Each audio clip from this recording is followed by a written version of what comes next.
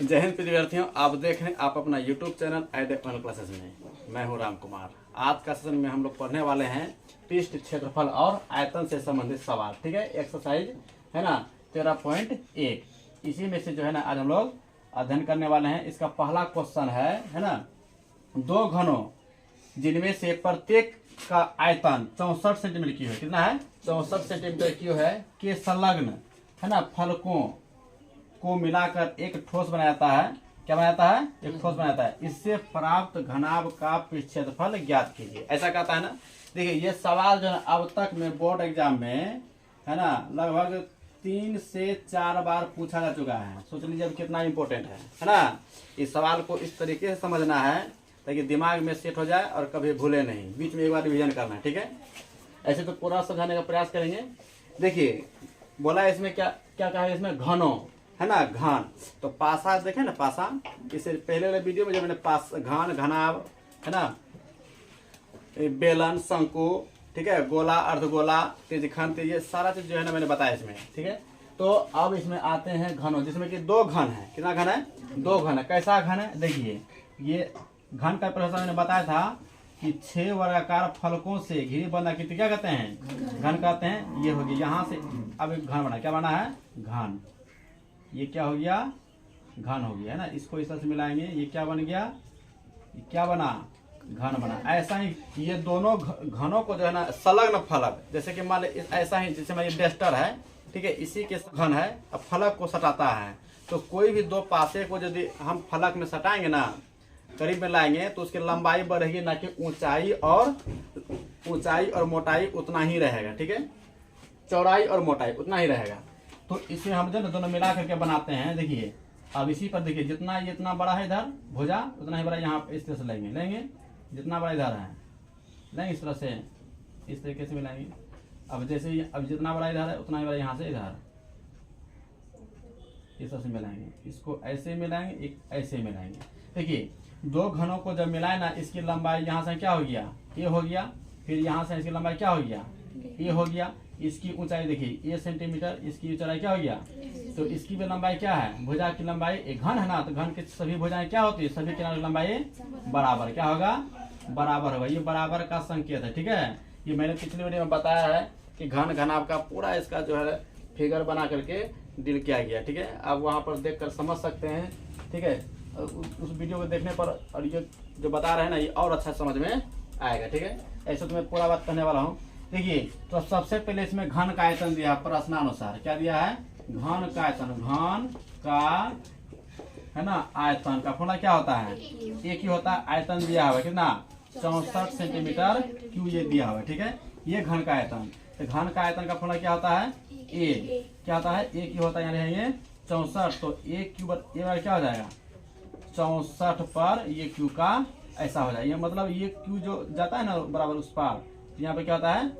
3 हो जाता है, घन रूट 3। क्या बोले इसको घन रूट पढ़ते हैं। क्या पढ़ते हैं? घन। इसीलिए ए बराबर क्या आता है? 64 का 4 गुना 4। क्या करेंगे इसमें है ना?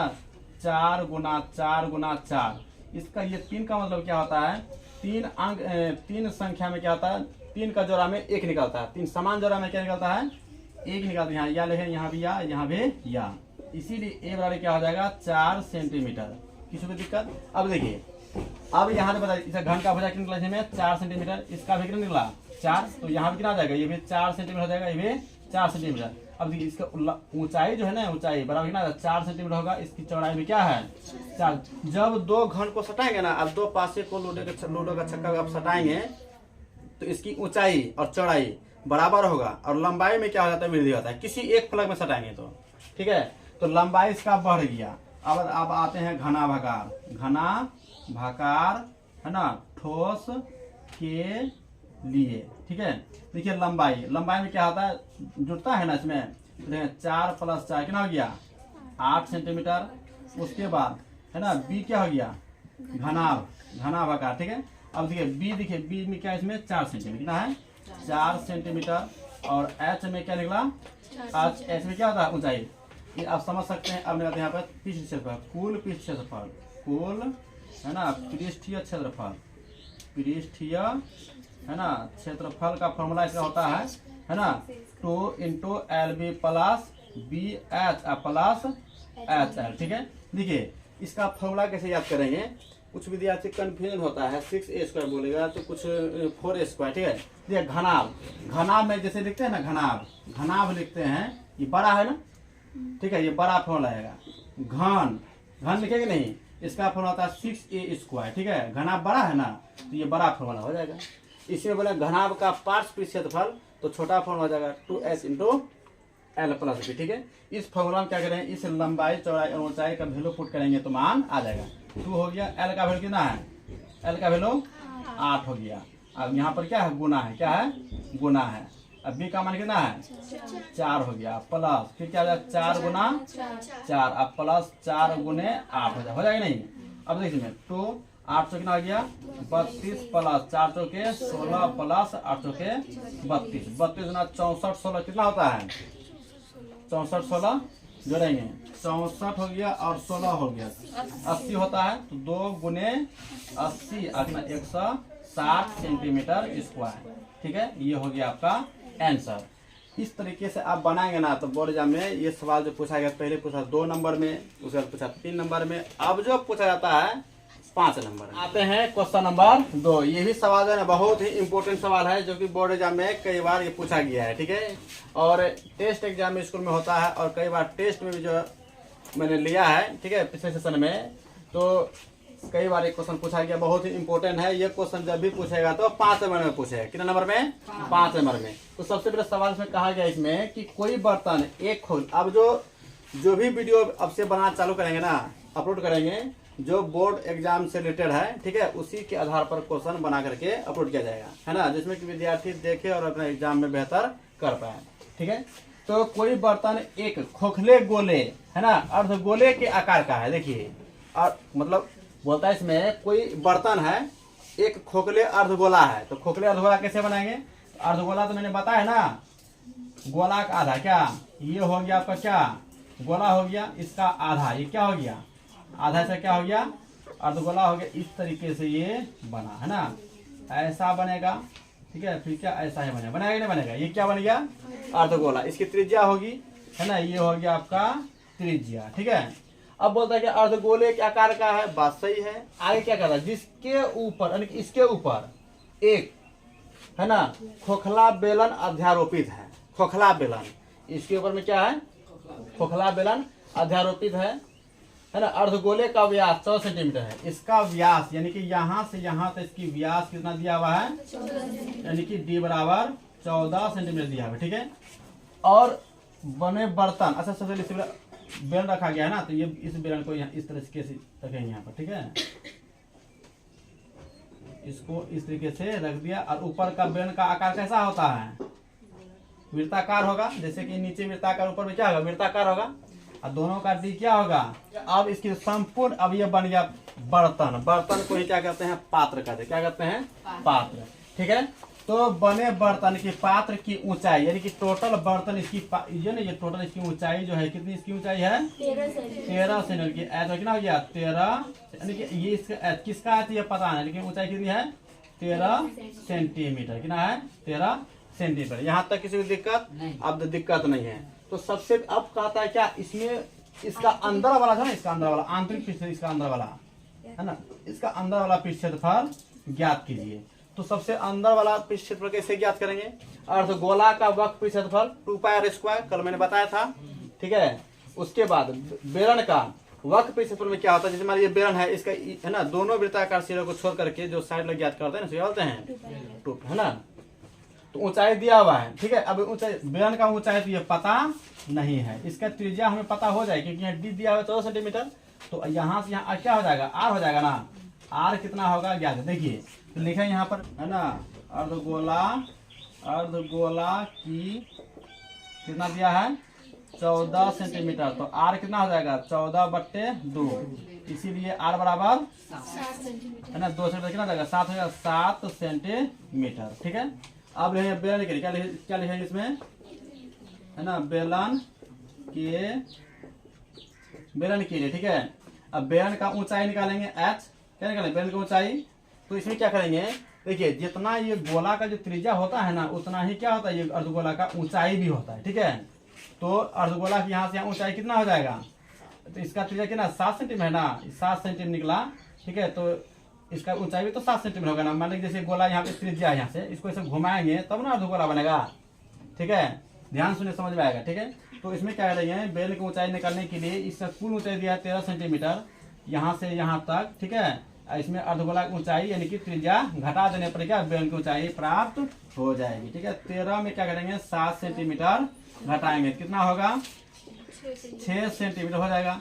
और आर तो दिया हुआ है, ये मतलब अर्धगोला की त्रिज्या बराबर बेलन की त्रिज्या 7 सेंटीमीटर। ठीक है, अब लिखेंगे, अब जो बना अर्धगोला और बेलन से जो बना है ना बर्तन या पात्र की आंतरिक पृष्ठ क्षेत्रफल लिखे यहाँ पर, है ना।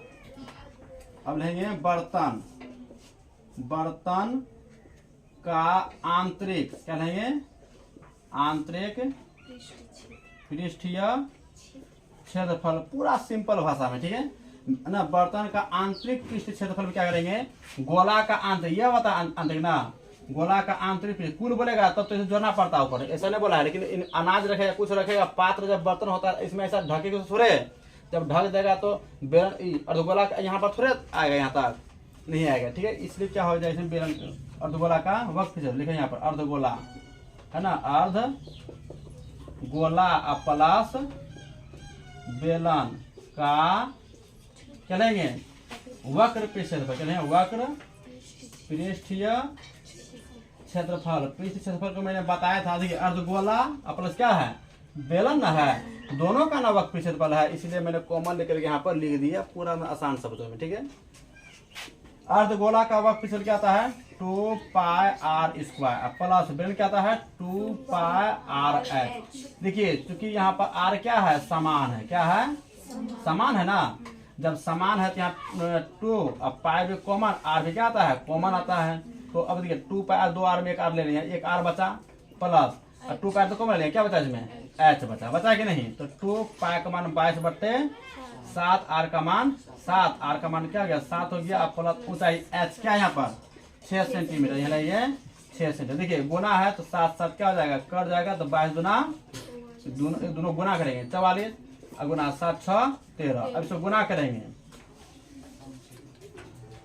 572 होता है कि नहीं, यानी कि 13 चौके 52, 13 चौके 52 और 5 57 सेंटीमीटर स्क्वायर, ये हो गया आपका आंसर। ठीक है, एक सवाल है क्वेश्चन नंबर 3, उसी है 13.1 का क्वेश्चन नंबर 3। ठीक है, यही सवाल है ना क्वेश्चन बैंक से संबंधित है और बोर्ड एग्जाम में ऐसा क्वेश्चन भी आ चुका है।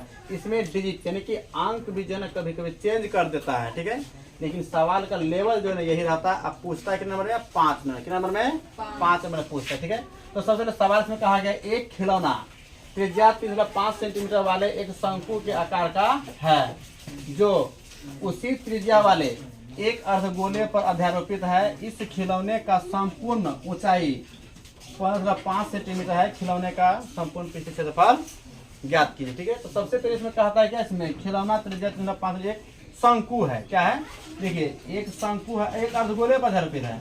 इस प्रकार से बनाया क्या अर्धगोला, क्या बनाया है अर्धगोला, इस तरीके से बनाया है।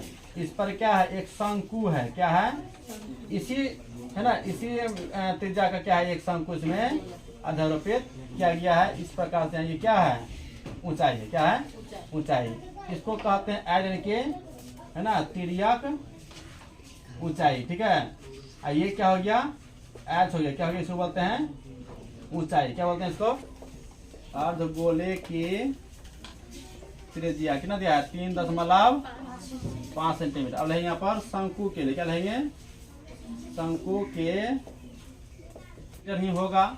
ठीक है, और ऊंचाई h, ऊंचाई क्या होता है h, इसका ऊंचाई h निकालने के लिए तो संपूर्ण ऊंचाई कितना है 15.5 सेंटीमीटर। क्या करेंगे ये अर्धगोले की त्रिज्या है ना यहाँ उतना ही, तो यहाँ से यहाँ त्रिज्या होगा अर्धगोला है तो कितना 3.5। अब इसे घटाएं कितना आ जाएगा 12 सेंटीमीटर होगा कि नहीं।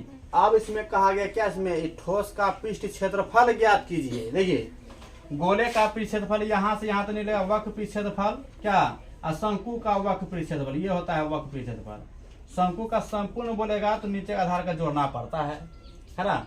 तो अर्धगोले का वक्र पृष्ठ क्षेत्रफल और शंकु का क्या हो गया ये वक्र पृष्ठ क्षेत्रफल। नहीं दोनों का जोड़। अच्छा वक्त पीछे बस शंकु का जोड़ेंगे तो उसका फॉर्मूला आता है पाई आर एल।